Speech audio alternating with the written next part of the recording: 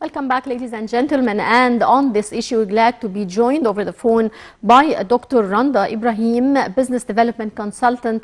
Good afternoon, Dr. Randa. Good afternoon. Well, how do you see the state's keenness to improve living conditions for the neediest villages in Egypt? So, first of all, I would like to clarify that our President Abdel Fattah al-Sisi is already launched this program in 2019. This program is decentralized initiative in order to change the face of rural Egypt and to raise the standards of their living. There are already around 58 million Egyptians who will live in countryside and village. It's around 741 rulers and villages to improve the standards of living, infrastructure development, public service, and the incoming generators economic projects that will create also job opportunities for their inhabitants. Mm-hmm. Right. In this initiative, there are various entities working together to provide better conditions in different sectors. Now, how can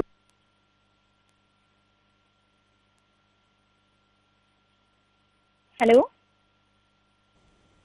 Hello? Yes, Dr. Randa, can you hear me? Yes, I hear you. Did you hear my question? Yes. The Decentralized Initiative Project seeks to unify the efforts of all state institutions in cooperation with the civil society for both private sectors and also with the development partners inside Egypt, seeking to sustainable development fields. According to the informational centers in Egypt, it's 220 organizations and companies from private sector and public sector. Both of them are already joining to this mega project with the continuous transparency dialogue with various local international development partners to also confirming enhancing approach adopted by government sector. Yes. Now, as the state tends to digitalize everything, what about creating a network with sharing data among the NGOs to be able to reach the neediest people? Really, this is very important part because when we are talking about the digital transformational initiative, we are talking about the Egypt because nowadays Egypt is becoming a hub of digital transformation. This already has been launched by the government because the government is already aimed to develop a unified national database. This national database will be contain all data and the information for all Egyptian citizens. Mm-hmm. These databases also will be including different layers, different sources of data can be shared and accessed by authorized national government organizations.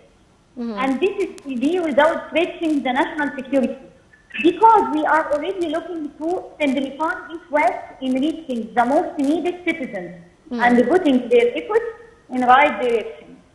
Yes. Now, the initiative aims at expanding e-payment machines, installing 1,000 ATM machines inside postal offices and developing the agriculture bank branches. It also aims at opening economic banking accounts for craftsmen and small businesses, in addition to expanding the issuance of Visa prepaid cards. Now, how do you view this, all these initiatives being taken? Really, Egypt is a witness a new phase of digital transformation because as I clarified before that the digital transformation now is very important process with an aim to achieving goals of financial inclusion via national electronic payment system, such as when we are talking about the Visa payment card, when I'm talking about the Visa cards that allow us to complete withdraw the cash from ATM, shop online also. They governmental use and also the purchasing point with the electronic payment, collecting system profit saving. It means that around 25% of the current system cost, about 60% of the time required to get this service according to Ministry of Finance. In addition also, that will be reducing the number of procedures that already has been taken. Right.